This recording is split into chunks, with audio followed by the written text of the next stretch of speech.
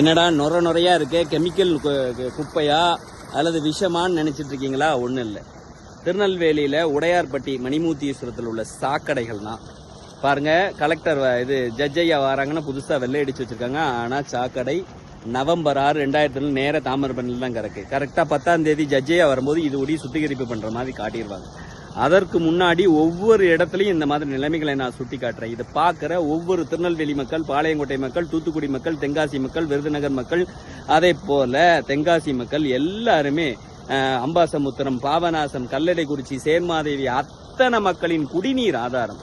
தண்ணியை விரும்புறவங்க, இயற்கையை விரும்புறவங்க, நல்லதை தட்டி கேட்க விரும்புறவங்க நீங்க எல்லாருமே உங்க எம்எல்ஏ, ஓட்டு போட்ட எம்எல்ஏ, எம்பி, கவுன்சிலர், அதை போல நீதிபதி ஐயா, அதே போல உங்க வக்கீல்கள், உங்களுக்கு தெரிந்த காவல்துறை அதிகாரிகள் எல்லாருக்கும் அனுப்புங்க. இந்த பாருங்க, நேர தாமிரபரணிக்கு தான் போகுது.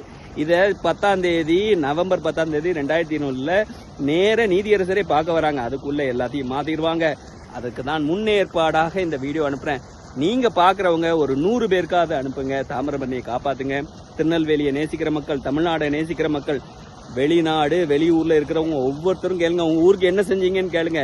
இளைஞர்கள், ரசிகர்கள் பின்னாடி நிறைய பேர் போயிருங்க. படத்துக்கு பின்னாடி உங்க ஊருக்காண்டி உங்க குழந்தைகள், உங்க அம்மா, உங்க அக்கா தண்ணி குடிக்கிறதுக்காண்டி இதை அனுப்ப மாட்டீங்களா? தயவு செய்து அனுப்புங்க. தீர்வு வரட்டும். நான் கத்துறேன்.